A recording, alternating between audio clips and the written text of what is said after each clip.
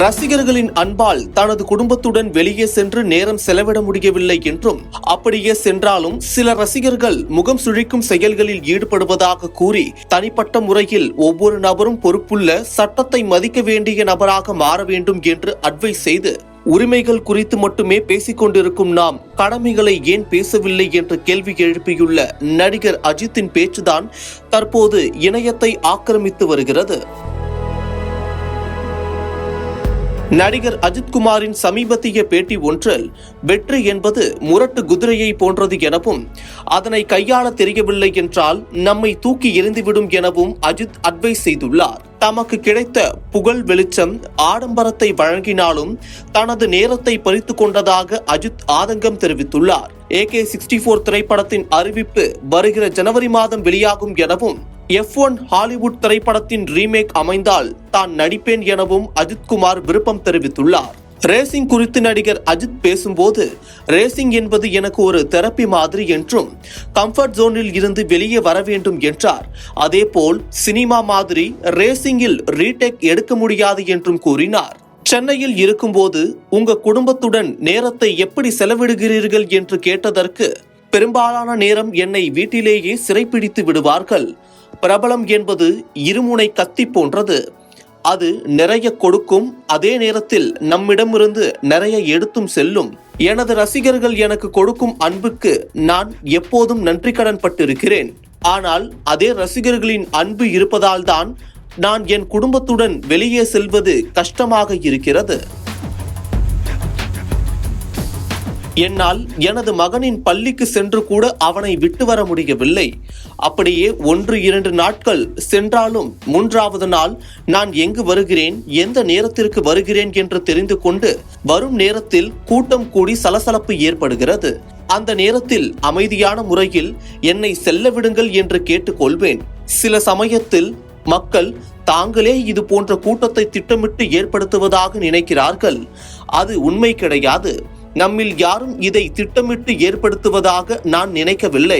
அன்பின் பாலில் ரசிகர்கள் நம்மை பார்க்க கூடுகிறார்கள். அந்த நேரத்தில் நம்முடன் புகைப்படம் எடுக்க வேண்டும் என்றும், நம்மை தொட்டு பார்க்க வேண்டும் என்றும் அவர்கள் நினைக்கிறார்கள். என்னால் இந்தியாவில் வண்டி ஓட்ட முடியாது. குறிப்பாக குடும்பத்துடன் வெளியே செல்லும் போது கார் ஓட்ட நினைத்தால் அதுவும் முடியாது. ஏன் என்றால் என்னை பார்த்ததும் பலர் பின்தொடர்ந்து வருகிறார்கள். அதுவும் பைக்கில் 3 பேர் அல்லது 4 பேர் என வருவதால் மற்ற வாகன ஓட்டிகளுக்கு மட்டும் ஆபத்தாக அமையாமல் அவர்களது வாழ்க்கைக்கும் அது ஆபத்தாக அமைகிறது.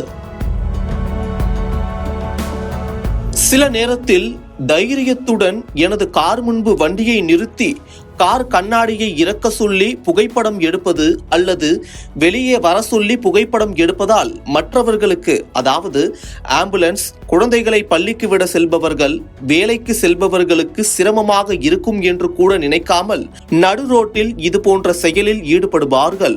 அவர் எனது ரசிகரா என்று எனக்கு எப்படி தெரியும்? யாராவது என்னை தாக்க முயற்சி செய்தால் என்று கூறி தனது கையில் இருந்த தழும்பை காண்பித்தார். சமீபத்தில் கூடிய கூட்டத்தில் எல்லோருக்கும் கை கொடுத்துவிட்டு காரில் ஏறி பார்க்கிறேன். என் கையில் ரத்தம் வருகிறது. நான் இதை சொல்லலாமா என்று தெரியவில்லை. ஆனால் மக்கள் இதை தெரிந்து கொள்ள வேண்டும் என்பதால் கூறுகிறேன். படப்பிடிப்பு சமயத்தில் ஏற்பட்ட கட்டுப்படுத்த முடியாத கூட்டத்தால் தான் சிறிது அங்கு சென்று அவர்களுடன் புகைப்படம் எடுத்துக்கொண்டேன். ஏன் என்றால் அப்போதுதான் சிலர் கலைந்து செல்வார்கள் என்பதால் இம்முயற்சியை நான் மேற்கொண்டேன். அந்த கூட்டத்தில் பாதுகாவலர் ஒருவர் 18-19 வயதுடைய இளைஞரை திடீரென பின்னுக்கு இழுத்தார்.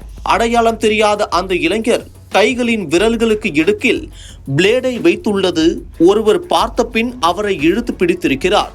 அந்த நேரத்தில் அவன் சுய நினைவிலேயே இல்லை. அவன் குடித்திருந்தானா இல்லையா என்று தெரியவில்லை. ஆனால் பார்க்க வெறி பிடித்த மாதிரி இருந்தான். ஒவ்வொருத்தர் ஒவ்வொரு மாதிரியான வகையில் அன்பை வெளிப்படுத்துகிறார்கள். காரை மறித்து ஒருவர் புகைப்படம் எடுக்க செல்கிறார். அவர் ரசிகர்தானா என்பது நமக்கு எப்படி தெரியும் என்றார்.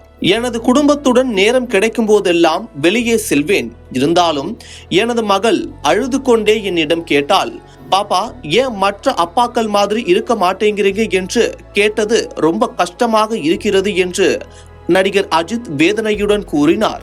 அதேபோல் தேர்தல் சமயத்தில் வாக்கு செலுத்த வாக்குச்சாவடிக்கு வந்தபோது ஏற்பட்ட கூட்டத்தால் சலசலப்பு ஏற்பட்டது. அப்போது ஒருவர் செல்ஃபி எடுக்க முயன்ற போது நடிகர் அஜித் ஒருவரிடம் இருந்து போனை பிடுங்கிய வீடியோ வைரலானது. அந்த சம்பவத்தை குறிப்பிட்டு நான் கோபமாக நடந்து கொண்டதாக கூறி தலைப்புச் செய்தியாக அந்த சம்பவம் மாறியது. ஆனால் அந்த வாக்குச்சாவடியில் போட்டோ எடுக்கக்கூடாது, மீறினால் அபராதம் விதிக்கப்படும் என்று தெளிவாக அறிவுறுத்தல் பலகைகள் இருந்தன. ஆனால் அதை யாரும் கவனிக்கவில்லை. நான் ஆரம்பத்திலேயே பிளீஸ் இது எலெக்ஷன் பூத் என்று கூறினேன். ஆனால் அதை யாரும் கேட்கவில்லை. அந்த சமயத்தில் நான் கெட்டவனாக காட்டப்பட்டேன். சட்டத்தை மீறியவன் பாதிக்கப்பட்டவனாக காண்பிக்கப்பட்டான். பொது இடங்களில் ஒழுக்க நெறிமுறைகள் என்பது அனைவருக்கும் பொருந்தும் என்று ஆதங்கம் தெரிவித்தார். அது மட்டும் இல்லாமல் கொண்டாட்டம் என்ற பெயரில் திரையரங்குகளில் வெடி வெடிப்பது, ஸ்கிரீனை கிழிப்பது, இருக்கைகளுக்கு சேதங்களை ஏற்படுத்துவது போன்ற செயல்களை எல்லாம் முடிவுக்கு கொண்டு வர வேண்டும் என்றார். அதேபோல் ஒரு சிலர் எலெக்ஷன் பூத்தில் வாக்குப்பதிவு செய்யும் போது கேமராவில் வீடியோ எடுக்கிறார்கள். எல்லோரும் அதனை கண்டு பயப்படுகிறார்கள். இதற்கு அந்த தனிநபர் மட்டும் காரணம் இல்லை, ஒட்டுமொத்த அமைப்பினுடைய தோல்வி இது. இதற்கு நான் உட்பட அனைவரும் பொறுப்பேற்க வேண்டும் என்றார். நான் ஜனநாயகத்தை நம்புகிறேன், நீதித்துறையை நம்புகிறேன். எல்லோரும் அவங்க வேலையை சரியாக பார்க்க வேண்டும். நான் சிறுவயதில் இருந்தே ரைட்ஸ் அதாவது உரிமைகளை பற்றி தான் அதிகமானோர் பேசி கேட்டிருக்கிறேன். ஏன் யாரும் கடமைகளை பற்றி பேசவில்லை? நாம் அனைவரும் இந்த சமுதாயத்திற்காகவும் நாட்டுக்காகவும் இந்த உலகத்தை நல்ல இடத்திற்கு கொண்டு வர கூட்டாக பங்களிக்க வேண்டும் என்றார். தனிப்பட்ட முறையில் ஒவ்வொரு நபரும் பொறுப்புள்ள சட்டத்தை மதிக்க வேண்டிய நபராக மாற வேண்டும் என்று அட்வைஸ் செய்தார். மேலும் உலகெங்கிலும் உள்ள அரசாங்கம் அதன் முதன்மையான பொறுப்பு நாட்டை ஆள்வதே என்று நான் நினைக்கிறேன். அவர்கள் எங்களுக்கு இலவசங்களை வழங்குவார்கள் என்று எதிர்பார்க்கிறோம். கருவூலத்தில் பணம் எங்கே இருக்கு? அரசியலில் இருப்பவர்கள் மீது எனக்கு பொறாமை கிடையாது. அது ரொம்ப கடினமான வேலை என்று கூறினார். அது மட்டும் இல்லாமல் உலகத்தில் உள்ள எந்த அரசியல்வாதிகள் கையிலும் மந்திரக்கோள் இருப்பதாக எனக்கு தெரியவில்லை. ஆனால் நாமும் அவர்களிடம் இருந்து அதிகமாக எதிர்பார்க்கிறோம் என்று நினைக்கிறேன். எல்லா நேரத்திலும் நமக்கு அது கிடைக்காது. கொடு என்று கேட்கக்கூடாது. கஜனாவில் காசு எங்கே இருக்கு? இந்த நேர்காணலுக்கு பிறகு நான் மோசமான நிலையை கூட எதிர்கொள்ளலாம். ஆனால் இந்த நேரத்தில் தான் எல்லோரும் அமர்ந்து சுயாதீனமாக யோசிக்க வேண்டும். நீங்க உங்க விஷயத்துல சரியாக இருங்க. சுனாமி உருவாவதற்கு முன் சிறிய அலையாக இருந்து கரைக்கு வரும்போது பெரிதாக மாறுவது போல்தான் இதுவும். ஒவ்வொருவரும் இதை செய்தாலே பெரிதாக மாறும் என்கிறார். நடிகர் அஜித்திடம் ஒவ்வொரு இயக்குனரும் 100 அல்லது 120 நாள் கால்ஷீட் கேட்கும் போதெல்லாம் இது 100 120 நாளோ அல்ல, 33 வருஷ எனது வாழ்க்கையை தருகிறேன் என்று கூறுவதாக அவர் கூறினார். நீங்க என்னை அடுத்த கட்டத்திற்கு கொண்டு செல்லவில்லை என்றாலும் பரவாயில்லை, பின்னோக்கி தள்ளிவிடாதீர்கள் என்று அவர் மேலும் கூறினார். சினிமாவின் ஆரம்ப காலகட்டத்தில் தமிழ் மொழியை சரியாக பேச இயலாமல் சிரமப்பட்டதாக குறிப்பிட்டுள்ளார். சிலர் தனது பெயரை திரைத்துறைக்காக மாற்ற சொல்லி அறிவுறுத்தியதாகவும், ஆனால் தனது பெயரை மாற்ற முடியாது என்று அப்போதே தாம் முடிவெடுத்ததாகவும் நடிகர் அஜித் கூறியுள்ளார்.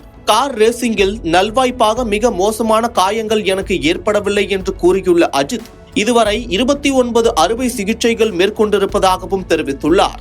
அது மட்டும் இல்லாமல் இதற்கிடையில் கரூர் கூட்ட நெரிசல் சம்பவம் குறித்து தனிப்பட்ட நபர் மட்டும் பொறுப்பல்ல, நாம் அனைவருக்கும் பொறுப்புள்ளது என்று பேசியது படு வைரலானது குறிப்பிடத்தக்கது.